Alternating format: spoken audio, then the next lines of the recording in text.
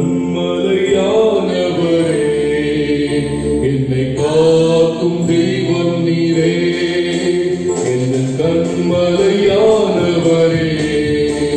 என்னை காக்கும் தெய்வம் நீரே.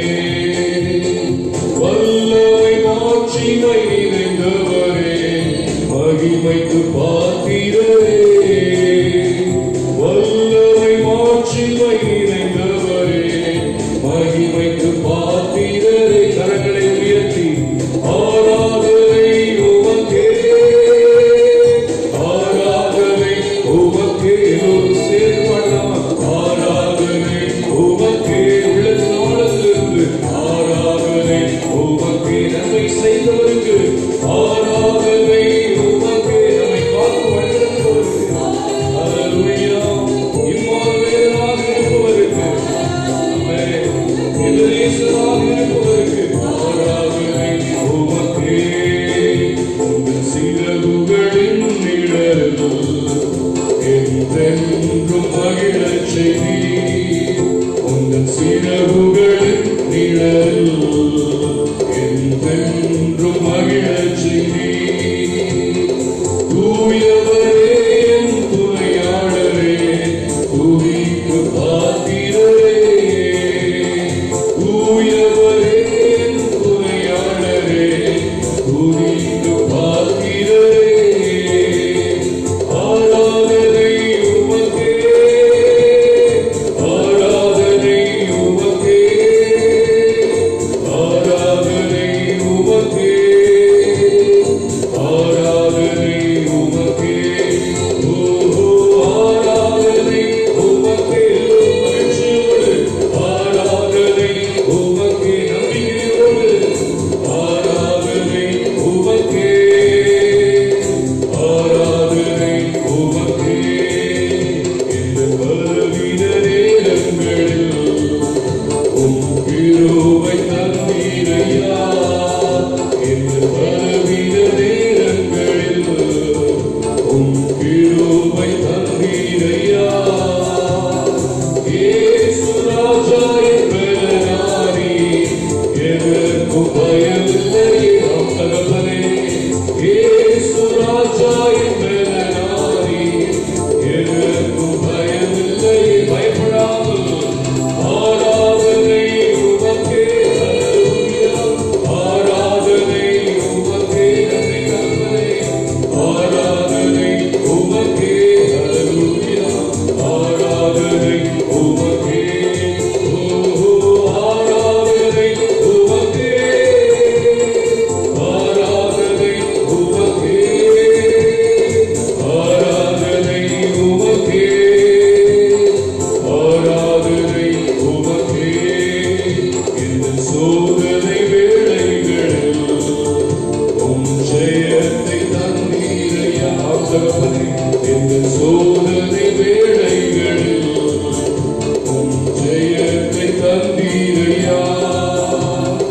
வல்லமை மாட்சிமை நிறைந்தவரே, என்னாலும் போற்றிடுவேனே. வல்லமை மாட்சிமை நிறைந்தவரே, என்னாலும் போற்றிடுவேன். சத்தமாக அல்லேலூயா. எல்லோரும் சேர்ந்து ஏக மனதோடு எல்லாம் ஒருமித்து கர்த்தாவின் கர்த்தரை நாம் மகிமைப்படுத்துவோம்.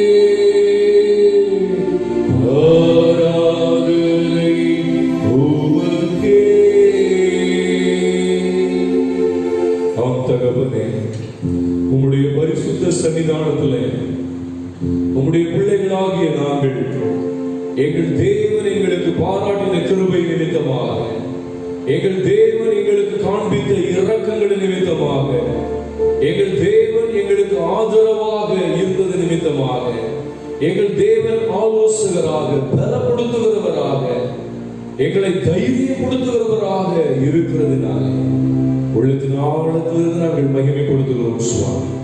எங்கள் தேவனாகிய கர்த்தர் எங்களுடைய வாழ்க்கையில அதிசயங்களை செய்திருக்கிறீர். ஆச்சரியமான பாதைகளில் எங்கள் தேவன் நடத்திருக்கிறீர். அதற்காக நாங்கள் உம்மை ஸ்தோத்திரிக்கிறோம்.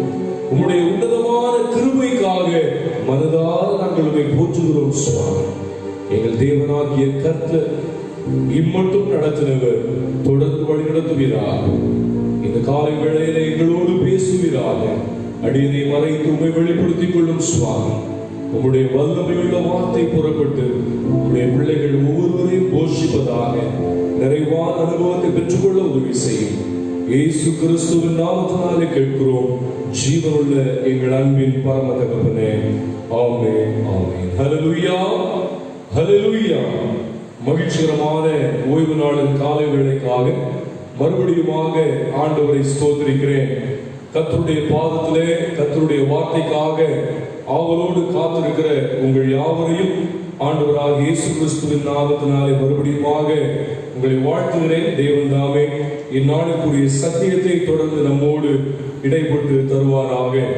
ஆண்டவர் இந்த மாதத்திலே கொடுத்த வாக்குத்தத்தம் ஏசாயா 54 அதிகாரம் 12 திருவசனம். உன் பலகணிகளை பழிக்கும், உன் வாசல்களை மாணிக்க கற்களும், உன் மதில்களை எல்லாம் உச்சிதமான கற்களும் ஆக்குவேன். ஹல்லேலூயா. ஒரு விஷயம் என்னோடு சேர்ந்து நீங்க சொல்ல முடியுமா? உன் பலகணிகளை பழிக்கும், உன் வாசல்களை மாணிக்க கற்களும், உன் மதில்களை எல்லாம் உச்சிதமான கற்களும் ஆக்குவேன். ஹல்லேலூயா. தேவன் இந்த வார்த்தையின்படியே நம்மை நடத்தி வருகிறார் என்று நான் நம்புகிறேன். நம் ஒவ்வொருவரையும் அப்படியே தேவன் நடத்தி வருகிறார் என்று நான் விசுவாசிக்கிறேன். ஒருவேளை இந்த வாக்குத்தத்தத்தை இந்த மாதத்தின் இறுதி வேளையிலும் கர்த்தருடைய பாதத்திலே அமர்ந்திருக்கிறவர்கள் புரிந்து கொள்ளவில்லை என்றால் ஒரு விசை நீங்கள் புரிந்து கொள்ளுங்கள். ஆண்டவர் சொல்லியிருக்கிறார், உன் பலகணிகளை பழிந்தாக்குவேன் என்று சொல்லியிருக்கிறார். நம்முடைய சரீரத்திலே பலகணிகளாக இரு கண்களை ஆண்டவர் கொடுத்திருக்கிறார். இரு கண்களுக்கும் ஆண்டவர் வெளிச்சம் நிறைந்த தெளிவான பார்வையை வாக்குப்படுகிறதை நாம் பார்க்கின்றோம். எதற்காக? வேதத்தில் உள்ள அதிசயங்களை நாம் பார்க்கும்படியாக, வேதத்தில் உள்ள அதிசயங்களை நாம் பார்க்கும்படியாக தேவன் நமக்கு தெளிவான வெளிச்சம் நிறைந்த பார்வையை கொடுப்பேன் என்று ஆண்டவர் வாக்கு பண்ணியிருக்கிறார். உண்மையாகவே இந்த மாதத்தில் அமிதமான அனுபவத்தை நீங்கள் பெற்று வருகிறீர்கள் என்று நான் நம்புகிறேன். நம்முடைய திருச்சபையிலே அநேகர் நடத்தப்படுகின்ற வேதாகம போட்டியிலே கலந்து கொள்ளுகிறீர்கள். அநேகர் என்று சொல்ல முடியாது, வெகு சிலர் கலந்து கொள்கிறீர்கள். நான் நம்புகிறேன் இதிலே கலந்து கொள்கிற ஒவ்வொருவருக்கும் ஒவ்வொரு நாளும் வேத தியான போட்டி நடைபெறுகிறது. ஒவ்வொரு நாளும் வேதாகமத்தை தியானித்து குறிப்பு எழுதி ஒரு சிலர் மாத்திரம் அனுப்புகிறார்கள். நான் நினைக்கிறேன், நம்புகிறேன், கர்த்தருக்குள்ளாக நம்புகிறேன், இவர்கள் ஒவ்வொருவருக்கும் தேவன் வெளிச்சம் நிறைந்த பார்வையை கொடுத்திருக்கிறார். ஹல்லேலூயா. வேதத்தின் அதிசயங்களை பார்க்கும்படியான கிருபையை பெற்றிருக்கிறார்கள் என்று நான் நம்புகிறேன். இரண்டாவதாக ஆண்டவர் சொல்லுகிற காரியம் என்ன? உன் வாசல்களை மாணிக்க கற்களாக்குவேன் என்று ஆண்டவர் சொல்லியிருக்கிறார். நம்முடைய சரீரத்திலே வார்த்தைகள் உட்பிரவேசிப்பதற்கும் வார்த்தைகள் வெளியே வருவதற்கும் ஆண்டவர் வாசல்களை வைத்திருக்கிறார். வார்த்தைகள் உட்பிரவேசிப்பதற்கு வாசல்களாக 2 காதுகளை தேவன் கொடுத்திருக்கிறார். ஆண்டவர் சொல்கிறார், விரும்பத்தக்க வார்த்தைகளை கொடுப்பேன் என்று ஆண்டவர் சொல்கிறார். எவ்வளவோ கடுமையான வார்த்தைகள், சாபமான அவதூறான வார்த்தைகளை நம்முடைய காதுகள் கேட்டுக்கொண்டே இருந்த நாட்கள் உண்டு. ஆனால் இந்த மாதத்திலே ஆண்டவர் நமக்கு வாக்கு பண்ணின காரியம் என்ன? உன் வாசல்களை மாணிக்க கற்களாக்குவேன். காதுகள் மூலமாக நம்முடைய வார்த்தைகள் உள்ளே பிரவேசிப்பதற்கு நம்முடைய சரீரத்திலே வாசல்களாக இருக்கின்ற காதுகள் வழியாக நாம் விரும்பத்தக்க வார்த்தைகளை கேட்போம் என்று ஆண்டவர் வாக்கு பண்ணியிருக்கிறார். அது மாத்திரமல்ல, வார்த்தைகள் நம்மிடமிருந்து புறப்படுவதற்கு ஆண்டவர் ஒரு வாசலை வைத்திருக்கிறார், வாயை வாசலாக வைத்திருக்கிறார். இதன் வழியாக விரும்பத்தக்க வார்த்தைகள் புறப்படும் என்று ஆண்டவர் வாக்கு பண்ணுகிறதை நாம் காண முடியும். இறுதியாக ஆண்டவர் சொல்கிற காரியம் என்ன? உன் மதில்களை எல்லாம் உச்சிதமான கற்களுமாக்குவேன். எப்பொழுதுமே ஆண்டவர் சொல்லுகிற காரியம் என்ன? உன் மதில்கள் மீது நான் எப்பொழுதுமே நான் கண்ணோக்கமா இருக்கிறேன் என்றுதான் ஆண்டவர் சொல்லி இருக்கிறதை நாம் பார்க்கணும். இதோ என் உள்ளங்கைகளில் உன்னை வரைந்திருக்கிறேன், உன் மதில்கள் எப்பொழுதும் எனக்கு முன்பாக இருக்கிறது. நம்முடைய மதில்கள் எப்பொழுதும் கர்த்தருக்கு முன்பாக இருக்கிறது என்றால் என்ன அர்த்தம்? கர்த்தர் நம்முடைய பாதுகாவலை எப்பொழுதும் உறுதிப்படுத்துகிறார். ஆனால் இங்கு மதில்களை எல்லாம் உச்சிதமான கற்களும் ஆக்குவேன் என்று ஆண்டவர் வாக்கு பண்ணுகிறார். பாதுகாப்பை விட ஒரு வியக்கத்தக்க தோற்றத்தை ஆண்டவர் கொடுப்பதாக ஆண்டவர் வாக்கு பண்ணுகிறார். நம்முடைய வாழ்க்கையில இந்த வியக்கத்தக்க தோற்றத்தை நாம் எப்பொழுது பெற்றுக்கொள்ள முடியும்? கர்த்தருடைய முகத்தின் ஒளி நம் மீது பிரகாசிக்கும் பொழுதுதான் நாம் வியக்கத்தக்க தோற்றத்தை பெற்றுக்கொள்ள முடியும். கிறிஸ்துவை தரித்தவர்களாக நாம் வாழ முடியும், கிறிஸ்துவை பிரதிபலிக்கிறவர்களாக நாம் வாழ முடியும். பிரியமானவர்களே, இந்த வாக்குத்தத்தமானது இந்த மாதத்திற்கு மாத்திரமல்ல, நம்முடைய வாழ்நாள் பரியந்தம் நிறைவேறுகின்ற ஒரு வார்த்தையாக நாம் ஏற்றுக்கொள்ள வேண்டும். ஒவ்வொரு நாளும் இந்த வாக்குத்தத்தத்தை மனதிலே வைத்து நீங்கள் ஜெபித்து பாருங்கள். உண்மையாகவே ஆண்டவர் உங்கள் ஒவ்வொருடைய வாழ்க்கையிலும் வெளிச்சம் நிறைந்த பார்வையை, விரும்பத்தக்க வார்த்தையை, வியக்கத்தக்க தோற்றத்தை கொடுப்பார் என்பதில் எந்தவித சந்தேகமும் இல்லை. ஆண்டவர் நம்முடைய வாழ்க்கையிலே இந்த வாக்குத்தத்தத்தை நிறைவேற்றுவதற்கு ஆவலோடு காத்துக் கொண்டிருக்கிறார். ஆனால் ஆண்டவர் நம்மிடம் எதிர்பார்க்கிற சில நிபந்தனைகள் உண்டு, எதிர்பார்க்கிற காரியங்கள் உண்டு. வாக்குத்தத்தம் எல்லாவற்றிற்கும் நிபந்தனைகள் உண்டு. நிபந்தனைகள் இல்லாமல் எந்த ஒரு வாக்கையும் ஆண்டவர் கொடுப்பதே இல்லை. அவருடைய கிருபை மேலானது. ஆனால் அவருடைய வாக்குத்தத்தத்தை நாம் சுதந்திரித்துக் கொள்ள வேண்டும் என்றால் நம்முடைய வாழ்க்கையிலே கர்த்தர் எதிர்பார்க்கின்ற வாழ்வு வாழ வேண்டும் என்று ஆண்டவர் விரும்புகின்றார். ஒரு 3 காரியங்களை உங்கள் முன்பதாக வைக்க விரும்புகின்றேன். இந்த மாதத்தின் வாக்குத்தத்தத்தை நம்முடைய வாழ்க்கையிலே வாழ்நாள் பரியந்தம் சுதந்திரித்துக் கொள்வதற்கு தேவன் நம்மிடத்திலே எதிர்பார்க்கின்ற காரியம் என்ன? முதலாவது, ஆண்டவர் என்ன வாக்கு பண்ணியிருக்கிறார்? வெளிச்சம் நிறைந்த தெளிவான பார்வையை கொடுப்பேன் என்று ஆண்டவர் வாக்கு பண்ணுகிறார். ஒருவேளை நம்முடைய வாழ்க்கையிலே இந்த மாதத்திலே கட்டாயம் ஒருவேளை லாக்டவுன்ல நம்ம இருந்திருக்கிறோம், காலத்தை பிரயோஜனப்படுத்தி இருந்தால் வேதத்தை நீங்கள் தியானித்திருப்பீர்கள். வேதத்தை தியானிக்க வெளிச்சம் நிறைந்த பார்வையை ஆண்டவர் கட்டாயம் உங்களுக்கு கொடுத்திருப்பார். அது கட்டாயம் உறுதி. கர்த்தருடைய கிருபையினாலே வெளிச்சம் நிறைந்த பார்வையை பெற்றிருக்கிற அல்லது பெற்றுக் கொண்டிருக்கிற நாம் என்ன செய்ய வேண்டும்? பெற்றுவிட்டோம் என்று நாம் சொல்ல முடியாது என்றால் அப்போஸ்தலனாகிய பவுலும் சொல்கிறார். பிலிப்பியர் 3ஆம் அதிகாரத்திலே 12ஆம் வசனத்திலே அவர் சொல்லும் பொழுது, பிலிப்பியர் 3ஆம் அதிகாரம் 12ஆம் வசனத்திலே அப்போஸ்தலனாகிய பவுல் சொல்கிறார், நான் அடைந்தாயிற்று அல்லது முற்றும் தேறினவனானேன் என்று எண்ணாமல் கிறிஸ்து இயேசுவினால் நான் எதற்காக பிடிக்கப்பட்டேனோ அதை நான் பிடித்துக் கொள்ளும்படி ஆசையாய் தொடர்கிறேன். நான் எல்லாவற்றையும் அடைந்தாயிற்று என்று சொல்ல முடியாது. நான் அடைந்தாயிற்று அல்லது முற்றிலும் தேறினவன் என்று நான் எண்ணாமல். அதே போலதான் வெளிச்சம் நிறைந்த பார்வையை ஆண்டவர் நமக்கு கொடுத்து வருகிறார். ஆனால் ஆண்டவர் கொடுத்து விட்டார் என்று நாம் சொல்லிவிட முடியாது. ஒவ்வொரு நாளும் ஆண்டவர் நமக்கு வெளிச்சம் நிறைந்த பார்வையை கொடுக்கிறார். ஹல்லேலூயா. அப்படி என்றால் வெளிச்சம் நிறைந்த பார்வையை பெறும் நாம் என்ன செய்ய வேண்டும்? முதலாவதாக ஆண்டவர் சொல்லுகிற காரியம், வெளிச்சம் நிறைந்த பார்வை பெறுவதற்கு உதவ வேண்டும். வெளிச்சம் நிறைந்த பார்வை பெற்றுக் கொண்டிருக்கிற நாம் என்ன செய்ய வேண்டும்? பிற வெளிச்சம் நிறைந்த பார்வை பெற நாம் உதவ வேண்டும். முதலாவதாக ஆண்டவர் எதிர்பார்க்கிற காரியம், இந்த நாட்களிலே நம்முடைய வாழ்க்கையிலே கர்த்தருடைய வாக்குத்தத்தம் நம்முடைய வாழ்க்கையிலே நிறைவேறுவதற்கு தேவன் எதிர்பார்க்கிற ஒரு காரியம், பிற வெளிச்சம் நிறைந்த பார்வை பெறுவதற்கு உதவ வேண்டும் என்று ஆண்டவர் கூறுகிறார். இந்த தலைப்பு ஒருவேளை நாம் கேள்விப்பட்ட உடனே நம்முடைய மனதிற்கு ஒருவேளை ஆக்கில்லா பிரிஸ்கில்லாள் மனதிற்கு வருவார்கள் என்று நம்புகிறேன். அப்போஸ்தலர் 18ஆம் அதிகாரம் எடுத்துக்கொள்ளுங்கள். அப்போஸ்தலர் 18ஆம் அதிகாரத்திலே 24ஆம் வசனம் முதல் 28ஆம் வசனம் வரை நீங்கள் வாசித்து பாருங்கள். அப்போஸ்தலர் 18ஆம் அதிகாரம் 24ஆம் வசனம் முதல் 28ஆம் வசனம் வரை நீங்கள் வாசிக்கும் பொழுது அடிக்கடி இந்த பகுதியை உங்களோடு நான் பகிர்ந்திருக்கிறேன். அப்போலோ என்கின்ற ஒரு மனிதன் இருக்கின்றார். அவரை குறித்து சொல்லும் பொழுது 24ஆம் வசனம் சாட்சி கொடுக்கிறது. அவன் சாதுரியவான், வேதாகமங்களில் வல்லவன் என்று சொல்லப்பட்டிருக்கிறது. எப்படிப்பட்டவன்? சாதுரியவான், வேதாகமங்களில் வல்லவன் என்று சொல்லப்பட்டிருக்கிறது. இந்த பக்தனாகிய அப்போலோ கர்த்தருடைய மார்க்கத்தினாலே உபதேசிக்கப்பட்டிருக்கிறார். இப்பொழுது உபதேசிக்கப்பட்ட உடனே, சத்தியத்தை கேட்ட உடனே அவரால் சும்மா இருக்க முடியவில்லை. வேதம் சாட்சி கொடுக்கிறது. ஆவியில் அனல் உள்ளவனாய் கர்த்தருக்கு அடுத்தவைகளை திட்டமாய் போதித்துக் கொண்டிருந்தார் என்று பார்க்கிறோம். சாதுரியவான், வேதாகமங்களில் வல்லவனான ஒரு மனுஷன், அதாவது யூதர்களின் வேத புத்தகமாக காணப்படுகின்ற பழைய ஏற்பாடு, நாம் வைத்திருக்கின்ற பழைய ஏற்பாடு, தீர்க்க தரிசன புஸ்தகங்கள், இந்த பழைய ஏற்பாட்டில் உள்ள அனைத்து புஸ்தகங்களிலும் வல்லவனாக இருந்த ஒரு மனிதனாக இந்த அப்போலோ காணப்படுகின்றார்.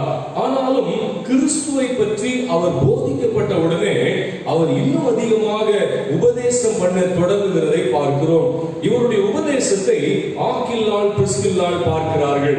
ஆக்கில்லாள் பிரிஸ்கில்லாள் தம்பதியினர் அப்போலோவினுடைய உபதேசத்தை பார்க்கிறார்கள். மிகுந்த தைரியமாக, மிகுந்த ஆவேசத்தோடு, மிகுந்த பக்தி வைராக்கியத்தோடு கர்த்தரை குறித்து அவர் பேசிக் கொண்டிருக்கிறார். ஆனால் அவருடைய போதகத்திலே சில குறைவுகள் காணப்பட்டது. இதை இந்த ஆக்கில்லா பிரிஸ்கில்லாள் தம்பதியினர் இதை பார்த்தார்கள். பார்த்த உடனே ஏதோ அவன் போதிக்கட்டும், நாம் நம்மால் என்ற போதனையை கொடுப்போம் என்று அல்ல, அவரை அழைத்தார்கள். அப்போலோவை அழைத்து வேத புத்தகத்தில் நீங்கள் வாசித்து பாருங்கள். அப்போஸ்தலர் 18ஆம் அதிகாரம் 26ஆம் வசனத்தை நீங்கள் வாசித்து பாருங்கள். இந்த அப்போலோவை தங்களிடமாக சேர்த்து கொண்டு இன்னும் அதிகமாக தேவனுடைய மார்க்கத்தை அதிக திட்டமாக, அதாவது ஆண்டவராகிய இயேசு கிறிஸ்துவை பற்றி இன்னும் அதிகமாக திட்டமாய் அவனுக்கு விவரித்து கூறினார்கள். விவரித்து கூறினது பயனாக இருந்ததா? மிக பயனுள்ளதாக இருந்தது. நீங்கள் அடுத்த வசனங்களை வாசித்து பாருங்கள். 28ஆம் வசனத்திலே வாசிக்கும் பொழுது, இப்பொழுது யூதர்களுடனே தர்க்கம் பண்ணுகிறார். இயேசுவே கிறிஸ்து என்று வேத வாக்கியங்களை அடிப்படையாக வைத்து அவர் திருஷ்டாந்தப்படுத்துகிறதை பார்க்கிறோம். வேற யாரும் கடவுள் அல்ல, இயேசு ஒருவரே கடவுள் என்று வைராக்கியமாக அவர் பேசுகிறார். அவர் மூலமாக அநேக ஜனங்கள் கர்த்தரை விசுவாசித்தார்கள். ஹல்லேலூயா. ஏன் சொல்ல விரும்புகின்றேன்? ஆக்கில்லா பிரிஸ்கில்லாள் இவர்கள் வெளிச்சம் நிறைந்த பார்வையை பெற்றிருந்தார்கள். வேதத்தை நன்கு அறிந்திருந்தார்கள். கிறிஸ்துவை பற்றி அறிந்திருந்தார்கள். அவர்கள் தாங்கள் அறிந்தது போதும் என்று அவர்கள் திருப்தி அடையவில்லை. தங்களுக்கு முன்பாக போதிப்பதற்கு ஆர்வம் காட்டுகின்ற அப்போலோ இன்னும் வேதத்திலே தேர வேண்டும், இன்னும் கிறிஸ்துவை பற்றி அறிந்து கொள்ள வேண்டும் என்று அவரோடு பேசி அவருக்கும் தெளிந்த பார்வையை கொடுப்பதை பார்க்கிறோம். ஹல்லேலூயா. ஆண்டவர் இதை எதிர்பார்க்கிறார். வெளிச்சம் நிறைந்த பார்வை பெற உதவ வேண்டும் என்று ஆண்டவர் எதிர்பார்க்கிறார். வெளிச்சம் நிறைந்த பார்வை பெற்றுக் கொண்டிருக்கிற நாம் பிறர் வெளிச்சம் நிறைந்த பார்வை பெறுவதற்கு உதவ வேண்டும். இங்கு இந்த ஆக்கில்லாள் பிரிஸ்கில்லாள் மாத்திரமல்ல, 2 நாளாகவும் எடுத்துக்கொள்ளுங்கள். எனக்கு மிகவும் வேதத்திலே மிகவும் பிடித்த ஒரு கதாபாத்திரம், அடிக்கடி நான் சொல்லுகின்ற ஒரு நபர். 2 நாளாகவும் 19ஆம் அதிகாரத்திலே நாம் பார்க்க முடியும். இங்கு யோசபாத்தை குறித்து நாம் பார்க்க முடியும். கடந்த வாரத்திலும் யோசபாத்தை குறித்து உங்களோடு பகிர்ந்து கொண்டேன். யோசபாத், கர்த்தருடைய யோசபாத்தின் இருதயம் கர்த்தருடைய வழிகளில் உற்சாகம் கொண்டது. கர்த்தருடைய வழிகளை தன்னுடைய ஜனங்களும் அறிந்து கொள்ளும்படியாக போதிப்பதற்கு அநேக போதகர்களை அவர் கேட்டுக்கொண்டார் என்று பார்க்கிறோம். ஆனால் அதோடு நிறைவாக இருந்து விடவில்லை. இப்பொழுது கர்த்தருடைய வழியை நான் அறிந்திருக்கிறேன், கர்த்தருடைய வழியிலே என்னுடைய இருதயம் உற்சாகம் கொண்டிருக்கிறது, நான் இதிலே திருப்தி அடைந்து விட முடியாது. ஒருவேளை சிலரை அனுப்பி நான் அநேகருக்கு போதகம் பண்ண விரும்புகிறேன், உண்மைதான். ஆனால் இன்னும் அவர்கள் சந்தித்திராத பட்டணங்கள் உண்டே, அங்கு நானே செல்ல வேண்டும் என்று அவர் தீர்மானித்து, அவரே ராஜாவாகி யூதாவின் ராஜாவாக இருக்கிறார், சிங்காசனத்திலே உட்கார்ந்து அதிகாரம் செய்கிறவர் தானே சென்று பட்டணங்களிலே ஆண்டவரை குறித்து போதித்ததை நாம் பார்க்க முடியும். 2 நாளாகமும் 19ஆம் அதிகாரத்திலே 4ஆம் வசனத்தை வாசித்து பாருங்கள். யோசபாத் எருசலேமிலே வாசமாயிருந்து திரும்ப பேசவா தொடங்கி எப்பிராயிம் மலை தேசம் மட்டுமுள்ள ஜனத்திற்குள்ளே பிரயாணமாய் போய் அவர்களை தங்கள் பிதாக்களுடைய தேவனாகிய கர்த்தரிடத்திற்கு திரும்ப பண்ணினார். ஹல்லேலூயா! ஒரு ராஜா தானே சென்று பிறருக்கு கர்த்தரை குறித்து போதித்து தான் ஒரு வெளிச்சம் நிறைந்த பார்வை பெற்றது மாத்திரமல்ல, பிறரும் தன்னுடைய ஆளுகைக்கு கீழ் இருக்கிற அனைவரும் வெளிச்சம் நிறைந்த பார்வையை பெற்றுக்கொள்ள வேண்டும் என்கின்ற ஒரு ஆர்வத்தோடு கர்த்தருடைய வார்த்தையை பகிர்ந்து கொள்வதை பார்க்கிறோம். பிரியமானவர்களே, ஆண்டவர் இதை நம் ஒவ்வொருடைய வாழ்க்கையிலும் எதிர்பார்க்கிறார். உங்கள் ஒவ்வொருடைய வாழ்க்கையிலும் எதிர்பார்க்கிறார். வேதத்தை அறிந்திருக்கிறீர்களா? வேதத்தின் மகத்துவங்களை நீங்கள் புரிந்திருக்கிறீர்களா? வேதத்தின் அதிசயங்களை காணும்படியான கிருபைகளை தேவன் உங்களுக்கு கொடுத்திருக்கிறாரா? நீங்கள் சும்மா இருக்கவே கூடாது. யாருக்கு தெளிந்த பார்வை உண்டாக வேண்டுமோ, இன்னும் ஒருவேளை யார் வேதத்தை அறிந்து கொள்ள வேண்டிய முறையிலே அறியாதிருக்கிறார்களோ, உங்கள் கண்கள் முன்பாக அவர்கள் இருக்கிறார்களா? அவர்களோடு நீங்கள் பேசுங்கள். வேதத்தை அறிந்து கொள்ள வேண்டிய முறையிலே அவர்களும் அறிந்து கொள்ளும்படியாக உதவி செய்யுங்கள். ஒருவேளை வேதத்தை அறியாமல் அநேகர் ஆண்டவருக்கு விரோதமாக பேசிக் கொண்டிருக்கலாம். எப்படியாயினும் கர்த்தருடைய அன்பை அவர்களும் பெற்றுக் கொள்ளும்படியாக நீங்கள் உதவ முயற்சி செய்யுங்கள். உண்மையாகவே ஆண்டவர் தெளிவான வெளிச்சம் நிறைந்த பார்வையை இம்மட்டும் கொடுத்தது மாத்திரமல்ல, இனிமேலும் கொடுப்பார் என்பதிலே எந்தவித சந்தேகமும் இல்லை. அருமையான பக்தன் யாக்கோபு எழுதுகிறார். யாக்கோபு எழுதின பொதுவான நிருபத்திலே 5ஆம் அதிகாரம் 19ஆம் 20ஆம் வசனங்களை வாசித்து பாருங்கள். யாக்கோபு 5ஆம் அதிகாரம் 19ஆம் 20ஆம் வசனங்களை வாசிக்கும் பொழுது யாக்கோபு சொல்கிறார், சகோதரரே, உங்களில் ஒருவன் சத்தியத்தை விட்டு விலகி மோசம் போகும்போது மற்றொருவன் அவனை திருப்பினார். நம்முடைய கண்களுக்கு முன்பாக ஒரு மனிதன் ஒரு மனுஷி சத்தியத்தை விட்டு திரும்புகிறார்கள் என்று நாம் காணும் பொழுது, எப்படியாயினும் அவர்களை மறுபடியுமாக சத்தியத்திற்குள்ளாக நாம் அவர்களை திரும்ப கொண்டு வந்தால் நாம் என்ன செய்கிறோம்? தப்பி போன மார்க்கத்தினின்று பாவியை திருப்புகிறவன் ஒரு ஆத்துமாவை மரணத்தினின்று ரட்சித்து திரளான பாவங்களை மூடுவான் என்று அறிய கடவன். நரகத்திலிருந்து நீங்கள் ஒரு மனிதனை மீட்க முடியும். ஹல்லேலூயா! நீங்கள் பெற்றிருக்கிற இந்த ஆசீர்வாதத்தை பகிர்ந்து கொள்ளும் பொழுது, நீங்கள் பெற்றிருக்கிற இந்த வெளிச்சம் நிறைந்த பார்வையை பகிர்ந்து கொள்ளும் பொழுது ஆண்டவர் எதிர்பார்க்கிறார், என் பிள்ளைகளே, நீங்கள் நான் உங்களுக்கு கொடுத்திருக்கிற நன்மைகளை பகிர்ந்து கொள்ள வேண்டும் என்று ஆண்டவர் விரும்புகின்றார். வெளிச்சம் நிறைந்த பார்வை பெறுகிற நாம் வெளிச்சம் நிறைந்த பார்வை பெற உதவ வேண்டும் என்று ஆண்டவர் விரும்புகின்றார். இரண்டாவதாக ஆண்டவர் சொன்ன காரியம் என்ன? உன் வாசல்களை மாணிக்க கற்களாக்குவேன். அப்படி என்றால் விரும்பத்தக்க வார்த்தைகளை உன் காதுகள் கேட்கும் என்று ஆண்டவர் சொல்கிறார். நான் நம்புகிறேன், கர்த்தருக்குள்ளாக நம்புகிறேன், இதுவரை அநேக அவதூறான வார்த்தைகளை கேட்ட உங்களுடைய காதுகள் இந்த மாதத்திலே அந்த வார்த்தைகளை கேட்கவில்லை என்று நான் நம்புகிறேன். அநேக சாபங்களை கேட்ட உங்களுடைய காதுகள் இந்த மாதத்திலே அப்படிப்பட்ட சாபத்தின் வார்த்தைகளை கேட்கவில்லை என்று நான் நம்புகிறேன். பிரியமானவர்களே, விரும்பத்தக்க வார்த்தைகளை கேட்ட நீங்கள் விரும்பத்தக்க வார்த்தைகளை கொடுக்க வேண்டும் என்று ஆண்டவர் எதிர்பார்க்கிறார்.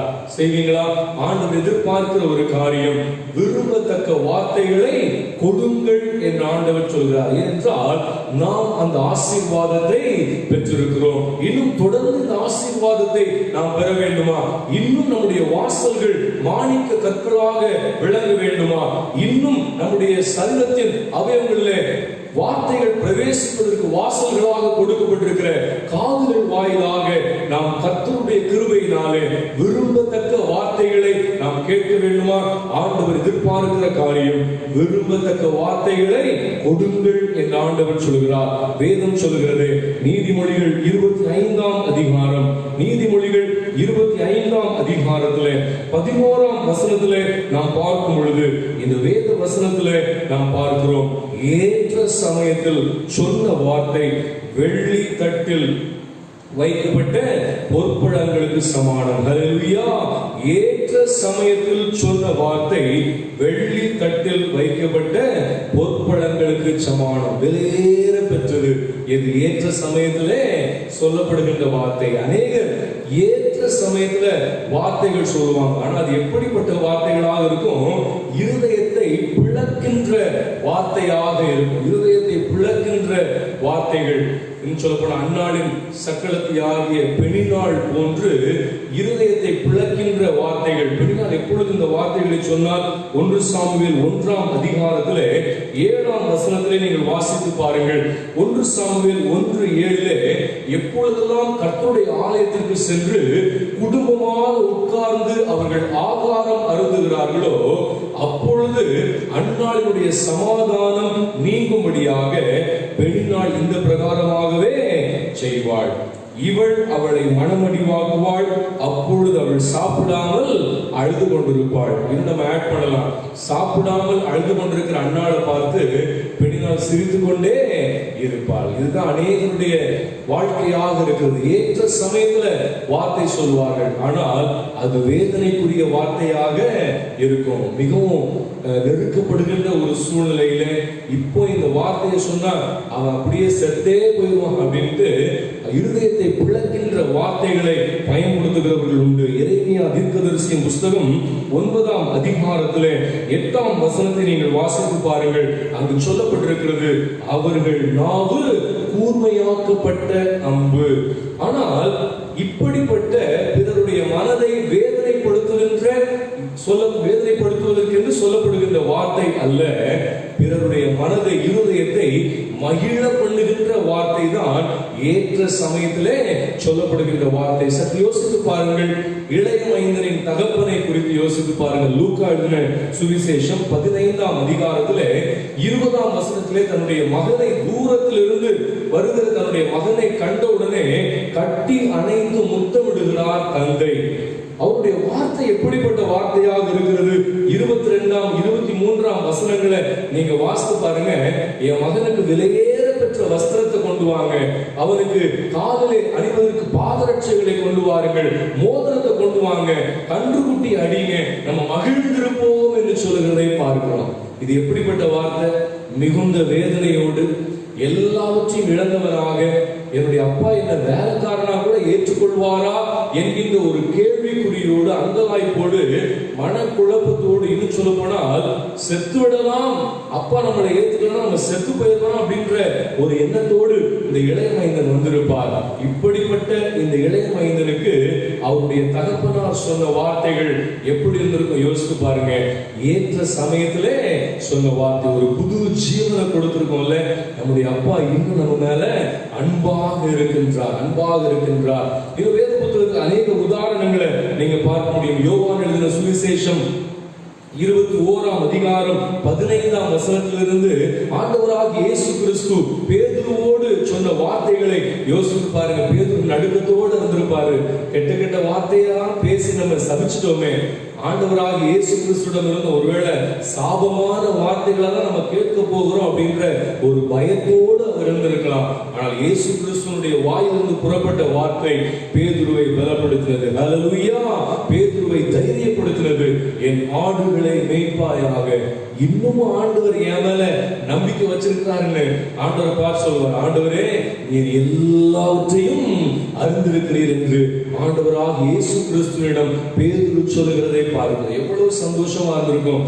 இன்னும் ஆண்டவர் என்ன நம்புகிறார். ஒவ்வொரு காரியங்களையும் வேதத்தில் உள்ள சம்பவங்களை கூட நீங்கள் வாசித்து பாருங்கள். எல்கானாவின் வார்த்தை அவருடைய மனைவி ஆகிய அன்னாளுக்கு எப்படி இருந்தது யோசித்து பாருங்க. ஏன் அழுகிறாய், ஏன் சாப்பிடாது இருக்கிறாய் என்று கேட்பதை பாருங்கள். 10 குமாரரை பார்க்கிலும் நான் அதிகம் அல்லவா என்று சொல்லுகிறாரே. இந்த வார்த்தைகள் அன்னாளுக்கு ஒரு பெரிய தைரியத்தை கொடுத்திருக்கும், ஒரு பெரிய பலத்தை கொடுத்திருக்கும். என் கணவன் என்னை நம்புகிறார், என்னுடைய கணவர் என் மீது சந்தோஷமாக இருக்கிறார், என்னை அதிகமாக நேசிக்கின்றார் என்ற தைரியத்தை கொடுத்திருக்குமே. எத்தனையோ காரியங்கள் ஆண்டவராக இயேசு கிறிஸ்துவை நாடி வந்த ஜனங்களுக்கு இயேசு கிறிஸ்து எப்படிப்பட்ட நம்பிக்கையான வார்த்தைகளை கொடுக்கிறார். நீ விசுவாசித்தால் தேவனுடைய மகிமையை காண்பாய்.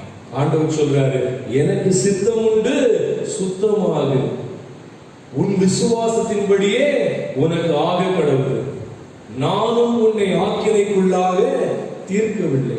இந்த சமூகத்தில் இருக்கிற ஒவ்வொரு நபரையும் நீங்க யோசித்து பாருங்க. ஆண்டவராகிய இயேசு கிறிஸ்துவினுடைய வாயிலிருந்து இந்த வார்த்தைகள் புறப்பட்டு வந்து அவருடைய காதுக்குள்ளே பிரவேசிக்கும் பொழுது எவ்வளவு மகிழ்ச்சியா இருந்திருக்கும், எவ்வளவு சமாதானத்தை பெற்றிருப்பாங்க, எவ்வளவு பெரிய நம்பிக்கையை அவர்கள் பெற்றிருப்பார்கள். நாமும் அப்படி வாழ வேண்டும் என்று ஆண்டவர் விரும்புகிறார். ஹல்லேலூயா.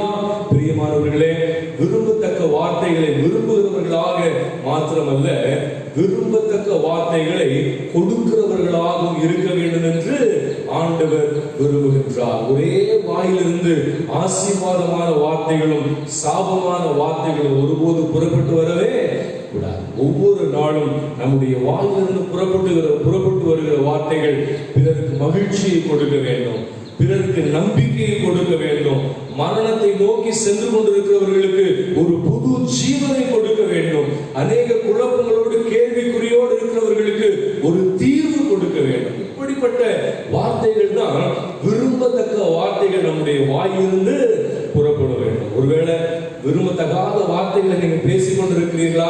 இன்னையிலிருந்து அதை கட்டாயம் விட்டுவிடுங்கள். ஏனென்றால் உங்களுடைய காதுகள் விரும்பத்தக்க வார்த்தைகளை கேட்க வேண்டும் என்றால் நீங்கள் விரும்பத்தக்க வார்த்தைகளை கொடுக்க வேண்டும் என்று ஆண்டவர் விரும்புகின்றார். மூன்றாவதாக ஆண்டவர் சொன்ன காரியம் என்ன? உன் மதில்களை எல்லாம் உச்சிதமான கற்களும் ஆக்குவேன், உன் மதில்களை எல்லாம் உச்சிதமான கற்களும் ஆக்குவேன். அப்படி என்றால் வியக்கத்தக்க தோற்றத்தை ஆண்டவர் கொடுப்பேன் என்று சொல்லியிருக்கிறார். வியக்கத்தக்க தோற்றம் நம்ம விரும்புகிறோமா? எப்போ வியக்கத்தக்க தோற்றம் உண்டாகும்? கர்த்தருடைய முகத்தின் ஒளி நம்மீது பிரகாசிக்கும் பொழுதுதான். அநேக வியக்கத்தக்க தோற்றம் அப்படின்னு அநேகருக்கு ரொம்ப சந்தோஷமா இருக்கும். நான் வயசா இருக்கிறேன், நான் இளமையாகிறேன் இல்ல, அநேகருக்கு தான் இருக்கும். எவ்வளவு வயசானாலும் சரி நான் இளமையாக வேண்டும், இதுதான் எல்லாருடைய ஆசை. நான் கொஞ்சம் வயசா தெரியுது, என் முகத்தை பார்த்தா வயசா காட்டுது. இந்த மாதத்துல ஆண்டவர் வியக்கத்தக்க தோற்றம் கொடுத்தாரு, ஒருவேளை நான் இளமையா காட்சி அளிப்பேனோ என்று அநேகர் எண்ணிக்கொண்டிருக்கலாம். அநேகர் வியக்கத்தக்க தோற்றத்தை சரீர அளவிலே கொடுப்பதற்காக எவ்வளவோ பொருட்களை, எவ்வளவோ விலையேற பொருட்களை எல்லாம் பயன்படுத்திட்டு வராங்க. ஒருவேளை இந்த ஊரடங்கு சமயத்துல இதெல்லாம் வாங்க முடியாத ஒரு சூழ்நிலை. அநேக குடும்பத்துல இதெல்லாம் ரொம்ப லாபம். இந்த காசுலாம் அநேக அப்பா அம்மாருக்கு, அநேக கணவன்மாருக்கு ரொம்ப லாபம். இந்த நாட்கள் ஊரடங்கு இருக்கிறதுனால அநேகர் வெளியே போறது இல்லை, மேக்கப் பண்றது இல்லை, அதுக்காக செலவுலாம் ரொம்ப மிச்சம். ஒரு பியூட்டிஷியனை நாடி போறது, பியூட்டி பார்லர் அங்க போயிட்டு என்னெல்லாம் போடணும் பட்டி போட்டு அதுக்கு வேற டிங்கரிங் எல்லாம் அடிச்சு முகம் எப்படி இருந்தாலும் ஒரு பொம்மையை போல முகத்தை ஆகுது. இது ஒரு வியக்கத்தக்க தோற்றம் இல்லை. நான் நினைக்கிறேன் பியூட்டி பார்லருக்குலாம் போனவங்களுடைய முகத்தை இந்த லாக்டவுன்ல பார்த்தா எப்படி இருக்கும் அப்படின்னு தெரியும். ஆனால் ஆண்டவர் கொடுக்க போகிற வியக்கத்தக்க தோற்றம் அப்படிப்பட்ட தோற்றம் அல்ல. நீங்க பவுடர் கூட போட வேண்டாம், என்ன வழிஞ்ச முகமா இருந்தாலும் உங்களுடைய முகம் பிரகாசிக்கும். அல்லேலூயா. எப்படி இருந்தாலும் கர்த்தருடைய முகத்தின் ஒளி உங்கள் மீது பிரகாசிக்கும் பொழுது நீங்க எப்படி இருந்தாலும் காலையில் அப்படியே எழுந்து வந்து யார் முகத்தை பார்த்தாலும் உங்கள் முகம் பிரகாசிக்கும்.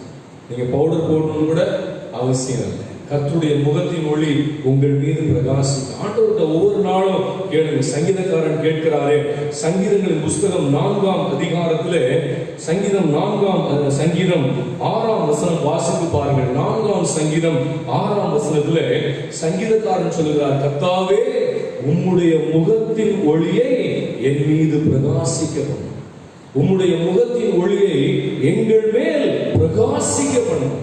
ஆண்டவர் எப்பவும் பிரகாசிக்க செய்வார். நம்முடைய முகத்தின் ஒளியை எப்பொழுது பிரகாசிக்க செய்வார்? வேதவசனம் சொல்லுகிறது. சங்கீதங்களின் புஸ்தகம் 34ஆம் சங்கீதத்திலே 5ஆம் வசனத்திலே நாம் பார்க்கிறோம், அவர்கள் அவரை நோக்கி பார்த்து பிரகாசம் அடைந்தார். எப்பொழுது நம்முடைய முகம் பிரகாசிக்கும்? நாம் கர்த்தரை நோக்கி பார்க்க வேண்டும். ஹல்லேலூயா. மூன்றாவது ஆண்டவர் சொல்லுகிற காரியம், வியக்கத்தக்க தோற்றம் உண்டாக வேண்டும் என்றால் நாம் செய்ய வேண்டியது என்ன? கர்த்தருடைய முகத்தை நோக்கி பார்க்க வேண்டும். இன்னும் சொல்லணும்னா, வியக்கத்தக்க தோற்றம் கொடுப்பவரை நாம் நோக்கி பார்க்க வேண்டும். யார் வியக்கத்தக்க தோற்றம் கொடுப்பது? கர்த்தர் ஒருவர் மாத்திரமே. அவரை நோக்கி பார்த்தால் நம்முடைய முகங்கள் தானாக பிரகாசிக்கும். மோசேயை குறித்து நீங்கள் வாசித்து பாருங்கள்.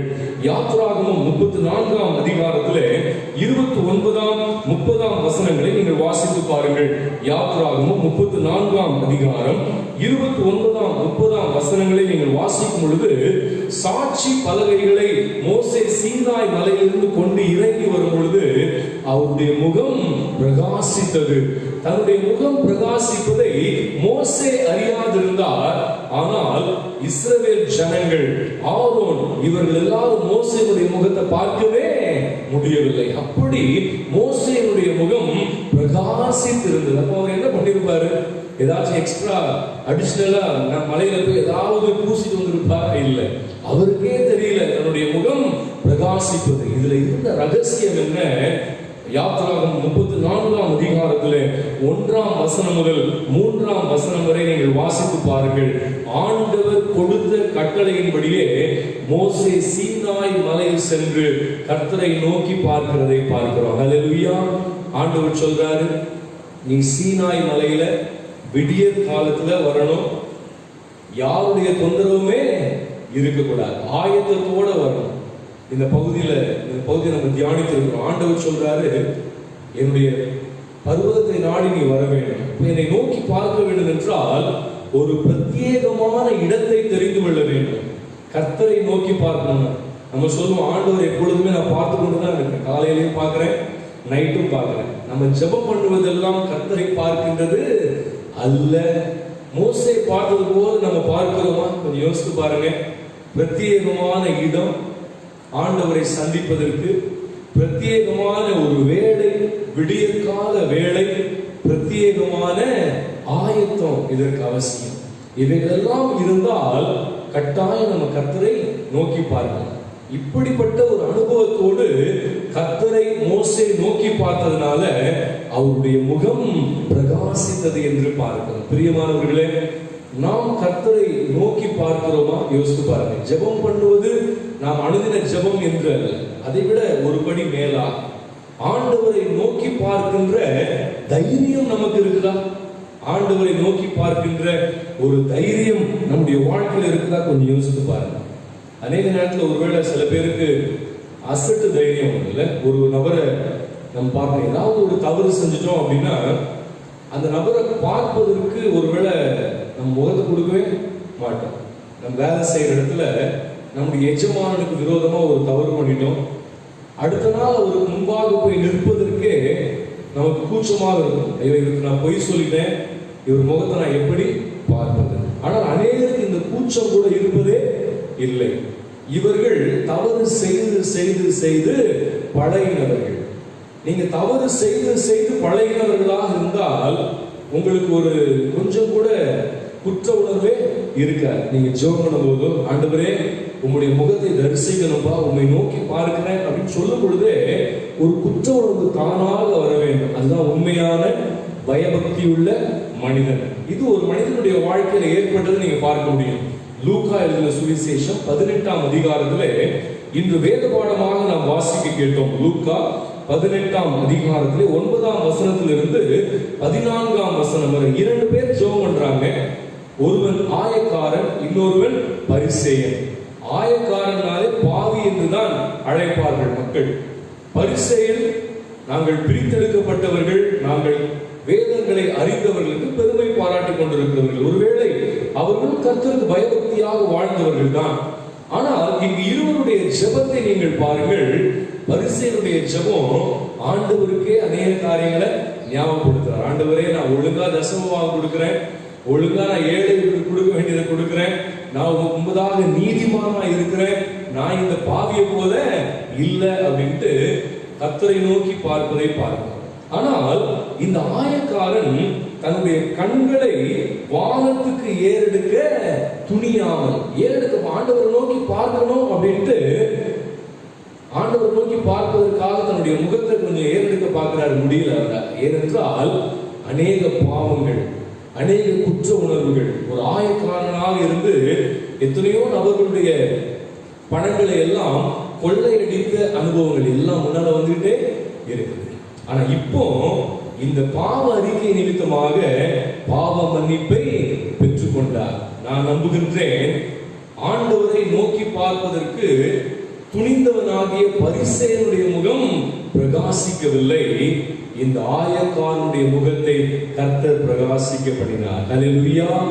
நம்ம கர்த்தரை நோக்கி பார்க்கும்போது உண்மையான இருதயத்தோடு ஆண்டவரை நோக்கி பார்க்கிற அனுபவம் இருக்குன்னா, முதலாவது கட்டாயம் ஒரு குற்ற உணர்ச்சி வரும். நம்ம ஏதோ பாவம் செய்திருக்கிறோமோ, ஆண்டவர் நம்மளை மன்னிச்சிட்டாருன்னா கர்த்தரை மன்னித்து விட்டார் என்கின்ற ஒரு தைரியமும் நமக்கு வரும். அதுக்கப்புறம் தைரியம் ஆண்டவரை பார்க்கலாம். கர்த்தருடைய முகம் கட்டாயம் நம் மீது பிரகாசிக்கும்.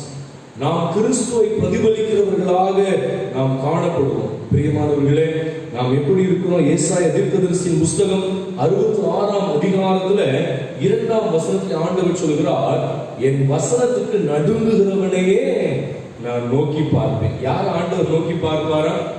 சும்மா கைகளை தட்டிட்டு இருக்கிறவங்க இல்ல, ஏதோ கடமைக்காக ஜெபம் பண்ணி, கடமைக்காக வேதம் வாசித்து, கடமைக்காக கர்த்தருடைய ஆலயத்துல வந்து உட்கார்ந்து, கடமைக்காக கிறிஸ்தவன் என்று பெயர் கிறிஸ்தவனாக வாழ்கிறவர்கள் அல்ல.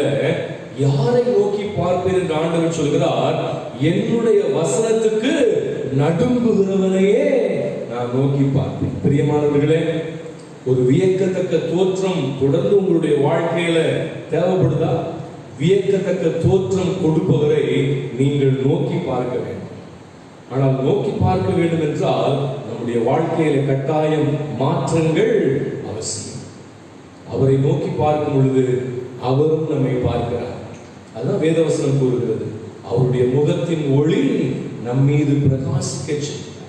இந்த அனுபவம் வேணும்னா கர்த்தருடைய வசனத்துக்கு நடுங்குகிற ஒரு அனுபவம் நமக்கு வேணும். வேதத்தை படிக்கணும், ஆண்டவர் எதிர்பார்க்கிறத நிறைவேற்றணும். ஒருவேளை தெரியாமல் ஏதோ தவறு செய்துவிட்டோம் என்றால் உடனடியாக கர்த்தருடைய பாதத்திலே அதை உணர்ந்து நடுங்கி, ஆண்டவரே என்னுடைய பாவத்தை மன்னிங்கன்னு இந்த ஆயக்காரரை போல நம்ம கேட்கும் பொழுது உண்மையாகவே ஆண்டவர் அனைத்து பாவங்களையும் மன்னித்து தம்முடைய முகத்தின் ஒளியை நம் மீது பிரகாசிக்க செய்வார்.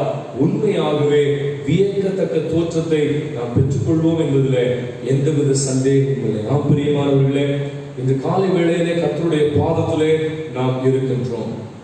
இந்த மாதத்திலே ஆண்டவர் வாக்கு பண்ணி இருக்கிறார், உன் பலகணிகளை பழிக்கும், உன் வாசல்களை மாணிக்க கற்களும், உன் மதில்களை எல்லாம் உச்சிதமான கற்களும் ஆக்குவேன். இந்த அனுபவத்தை நாம் ஒவ்வொருவரும் தொடர்ந்து நம்முடைய வாழ்நாள் பரியந்தம் பெற்றுக்கொள்ள வேண்டும் என்றால் நாமும் பிற வெளிச்சம் பெற்ற, வெளிச்சம் நிறைந்த பார்வை பெறுவதற்கு உதவ வேண்டும். பிறர் விரும்பத்தக்க வார்த்தைகளை கொடுக்க வேண்டும். வியக்கத்தக்க தோற்றம் கொடுக்கும் நமது ஆண்டவரை நாம் நோக்கி பார்க்க வேண்டும். பிரியமானவர்களே, இவைகள் நம்முடைய வாழ்க்கையில காணப்பட்டால் உண்மையாகவே தேவன் நம்முடைய வாழ்க்கையில இந்த வாக்கு தத்துவத்தை நிறைவேற்றுவார் என்பதில் எந்தவித சந்தேகமும் இல்லை. அவ்விதமான கிருபைகளை தேவன் தாமே நம் ஒவ்வொருவருக்கும் கொடுப்பாராக. கர்த்தருடைய நாமம் மகிமைப்படுவதாக. ஆமென், ஆமென். ஹல்லேலூயா.